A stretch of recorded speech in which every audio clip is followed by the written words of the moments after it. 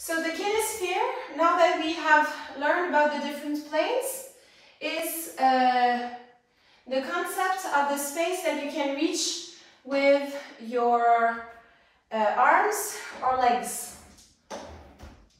So let's say that you have one foot that is stuck in place. Kinesphere is everything that you can reach around that point. Donc si en fait on définit ce qu'est la kinésphère, c'est vraiment tout ce que j'arrive à toucher autour de moi si j'avais un pied qui était immobile. So you can try and explore this. I need a bit more space because I cannot move with my window. So try and see reaching the small spaces, the big spaces around you. Over, on va essayer d'aller au-dessus, en dessous de soi. Voilà, on essaie de voir tout ce qu'on arrive à atteindre par ce grand cercle de circulation. So, as if you're trying to create the biggest circles you can, the biggest compass around you. So now we try and make the space around us bigger and involve full body. Your back, your arms. Good. Alors, on improvise, on essaie de tracer les plus grands cercles possibles autour de soi, si tu veux, Marissa.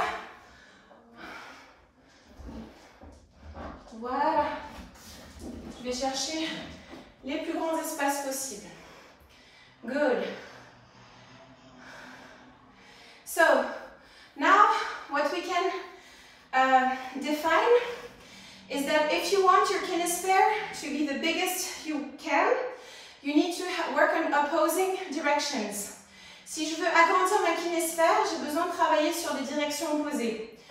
So, when I have my frontal plane, what are the different sides that I can have?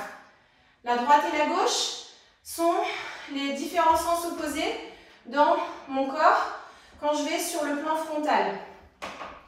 Zoup. Alors, explore right and left and see how big you can get. Maybe it's your hips that go to one side, and notice that you need your shoulders to be opposite.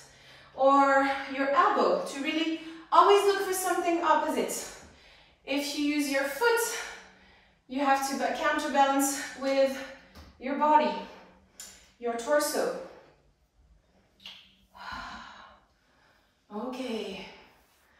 And notice that when you have both on the same side, this is when you start falling.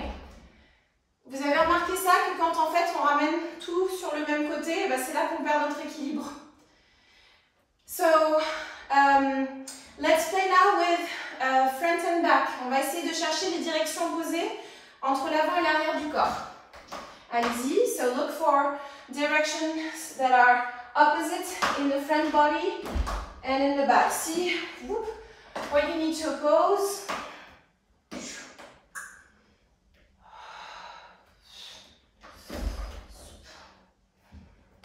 Yes.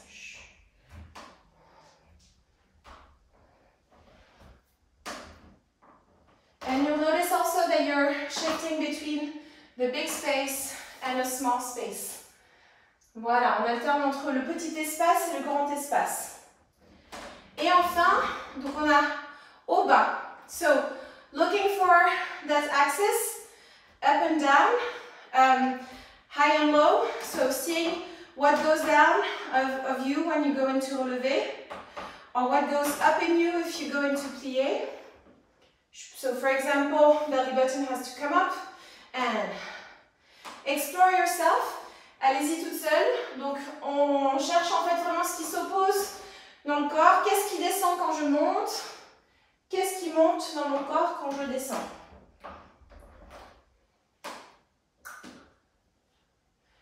Donc, la clé, c'est vraiment, ça se passe dans la taille. C'est vraiment au niveau du nombril et au niveau du périnée. Tout mon centre, en fait, je dois vraiment l'étirer toujours à l'opposé de là où je vais. I'm trying to always lengthen the waist in the opposite direction from where I'm going. If I plie, if I dip down, then navel comes up If I go and I push down, if I go upwards, I find the feet are coming down. And belly button up also. Zoom. Ça va? Is it clear? Alright, so let's play with that concept of big and small space alternation.